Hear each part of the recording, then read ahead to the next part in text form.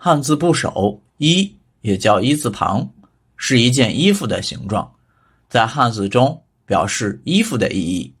作为汉字的左半部分时，要写成一字旁一。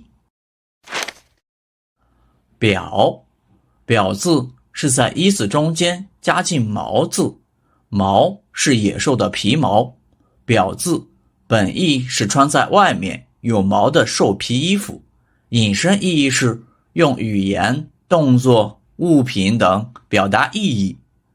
表还用作表示时间的工具，比如玫瑰可以代表爱情，用歌声表达愉快的心情，手表可以用来看时间。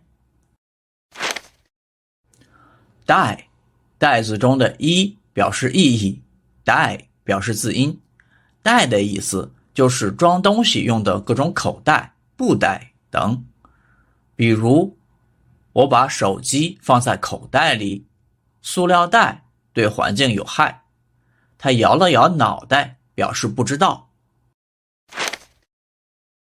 列，列字上面的列本身就有割裂的意思，加上一后，列字本意是裁剪布帛，引申意义是分裂、撕破、毁坏。比如，我们不允许分裂国家的行为，大桥断裂了，桥面上布满裂痕。装，装字中的一表示意义，装表示字音。装的意思是外面包裹的东西，也用作动词，把东西打包或安装好。比如，他喜欢穿时尚的服装，快递的包装最好结实一些。他们在安装电视。衣字由人和衣组成，衣服附着在人身上，人也需要依靠衣服保暖，所以依的意思就是依靠、依据。比如，我们要依靠自己，这样做在法律上没有依据，课堂上要依照老师说的去做。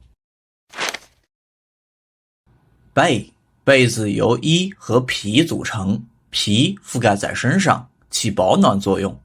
被和皮类似，起保暖作用的衣物也就是被子，因为人要承受被子的重量。被字有被动承受的意义，尤其会用于被动句中，被字后面接动作的发出者。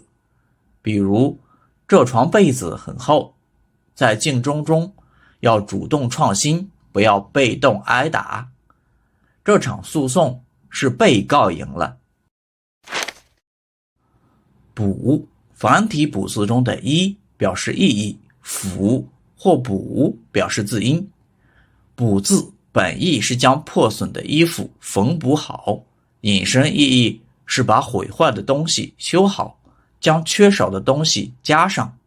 比如，老人要注意补充营养，他们依靠政府补贴维持生活，受害人得到了补偿金。出，出字由衣和刀组成，本意是用刀裁剪布料，也就是开始做衣服。出的引申意义是开始，第一个最低等级。比如，他们已经做了初步的调查，这些是初中学生，他们在学习初级汉语。裤，裤子中的一表示意义，裤表示字音，裤就是两腿穿的裤子。比如，他穿了一条新裤子。短裤适合运动，这条裤子的裤腿太长了。称，称字中的一表示意义，轻或寸表示字音。衬字本意是穿在外衣里面的单衣，引申意义是紧贴的，起衬垫、衬托作用的。比如，我需要一件新衬衫，他穿着一件蓝色的衬衣。这段音乐衬托出愉快的心情。